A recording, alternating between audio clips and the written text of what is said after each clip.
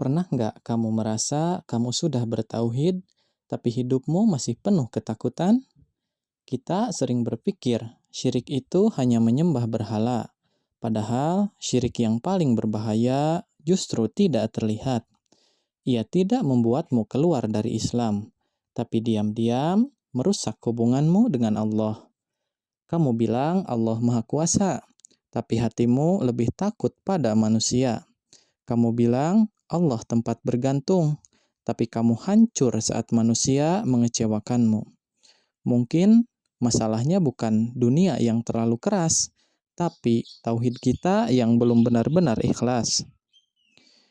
Rasulullah pernah bilang, syirik itu lebih halus dari langkah semut di malam gelap. Bayangkan, sesuatu yang begitu kecil, begitu sunyi, tapi nyata. Itulah syirik yang sering kita bawa dalam hati. Bukan menyembah patung, tapi menggantungkan hati. Bukan sujud pada berhala, tapi berharap lebih kepada manusia daripada kepada Allah. Dan yang paling menakutkan, kita melakukannya sambil merasa aman.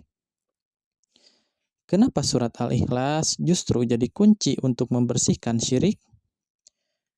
Karena Al-Ikhlas bukan sekedar bacaan, ia adalah deklarasi hati.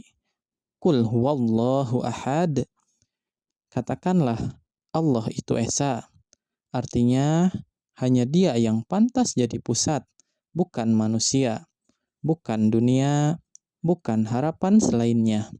Kalau masih ada yang kita utamakan dalam hati selain Allah, maka keikhlasan itu belum utuh. Allahus Somad. Kita sering baca Allahus Somad, tapi jujur kita bergantung kepada siapa? Somad artinya tempat bergantung segala sesuatu. Tapi dalam hidup kita bergantung pada gaji, pada pasangan, pada penilaian orang. Saat itu hilang, kita panik. Padahal kalau benar Allah tempat bergantung, harusnya hati kita tetap tenang. Mungkin bukan ayatnya yang belum kita hafal, tapi maknanya yang belum kita yakini. Kenapa kita bisa lebih takut dinilai manusia daripada dinilai Allah? Kita hati-hati di depan manusia, tapi santai dalam dosa. Kita takut dianggap buruk, tapi tidak takut Allah melihat. Itulah tanda ada sesuatu yang lebih kita agungkan dalam hati. Dan itu bentuk syirik yang paling halus. Bukan di lisan, tapi di dalam hati. Apa gunanya ibadah kalau yang kita cari sebenarnya bukan Allah? Ria itu bukan tidak ibadah, tapi ibadah untuk dilihat. Salatnya benar, sedekahnya banyak, tapi hatinya menunggu pujian. Dan tanpa sadar, Allah bukan lagi tujuan. Al-Ikhlas mengajarkan, semua kembali ke satu, Allah saja. Kalau bukan karena Dia, maka itu kehilangan nilainya. Pernah nggak kamu kecewa karena kebaikanmu tidak dihargai? Itu tanda halus bahwa mungkin kita berbuat bukan sepenuhnya untuk Allah. Kalau benar untuk Allah, harusnya tidak peduli dilihat atau tidak. Karena yang kita cari bukan manusia. Al-Ikhlas bukan hanya tentang siapa Tuhanmu, tapi untuk siapa kamu hidup. Kenapa sakit hati itu sering datang dari manusia? Karena kita berharap terlalu besar. Padahal manusia terbatas. Ketika kita menggantungkan hati pada yang terbatas, hasilnya pasti kecewa. Al-Ikhlas mengajarkan, gantungan itu harus ke yang tidak terbatas. Kalau tidak, hati kita akan terus terluka. Apa bedanya percaya diri dengan lupa diri? Kita sering bilang, saya bisa, tapi lupa bilang, karena Allah tanpa sadar. Kita merasa cukup dengan diri sendiri, padahal semua kemampuan itu pinjaman. Al-Ikhlas menghapus ilusi itu, bahwa tidak ada yang benar-benar mandiri selain Allah. Kenapa kita merasa aman, padahal hati kita belum lurus? Karena syirik halus tidak terasa. Ia tidak mengguncang iman secara langsung, tapi mengikis perlahan. Kita tetap sholat, tetap ibadah, tapi hati kita terbagi. Dan itu lebih berbahaya daripada yang terlihat jelas. Apa yang lebih menakutkan dari tidak ikhlas? Terlihat ikhlas, tapi sebenarnya tidak. Karena kita menipu orang lain dan juga diri sendiri. Al-ikhlas tidak berbicara tentang penampilan, tapi tentang isi hati. Dan hanya Allah yang tahu seberapa murni itu. Kenapa kita sudah ibadah tapi tetap gelisah?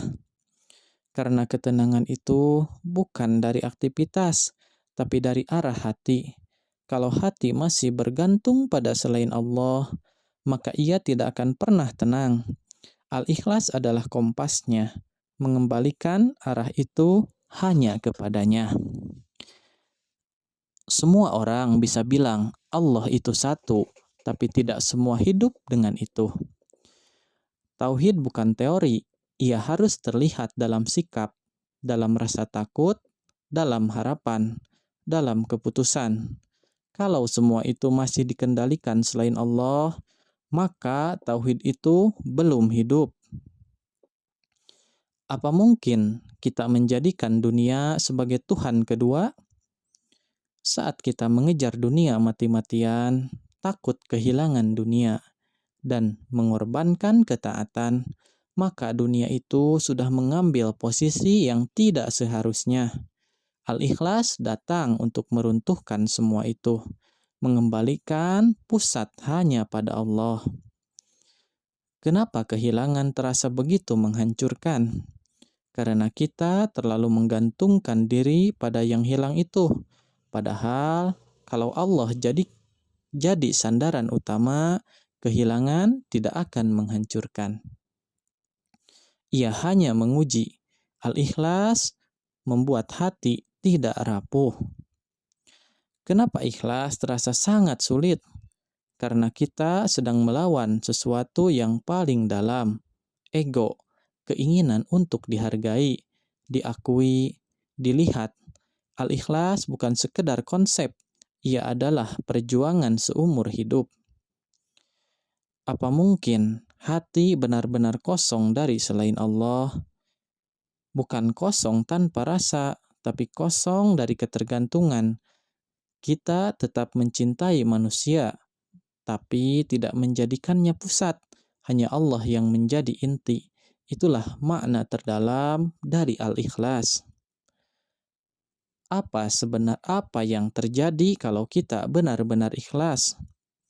Kita tidak lagi diperbudak penilaian manusia, tidak lagi hancur oleh penolakan, tidak lagi terbang karena pujian, karena kita hanya punya satu tujuan, Allah, dan itu membebaskan. Tauhid itu bukan sekali jadi, tapi harus dibersihkan setiap hari. Karena hati itu mudah kotor, sedikit pujian, sedikit harapan pada manusia, langsung berubah arah. Maka al-ikhlas bukan hanya dibaca, tapi diulang untuk membersihkan hati. Kalau hari ini kamu merasa lelah, mungkin kamu tidak sedang kembali ke Allah. Mungkin kamu sedang kembali ke manusia, ke dunia, ke harapan yang salah. Al-ikhlas adalah jalan pulang, kembali bahwa hanya Allah yang cukup, dan ketika itu benar, hidup tidak akan sama lagi.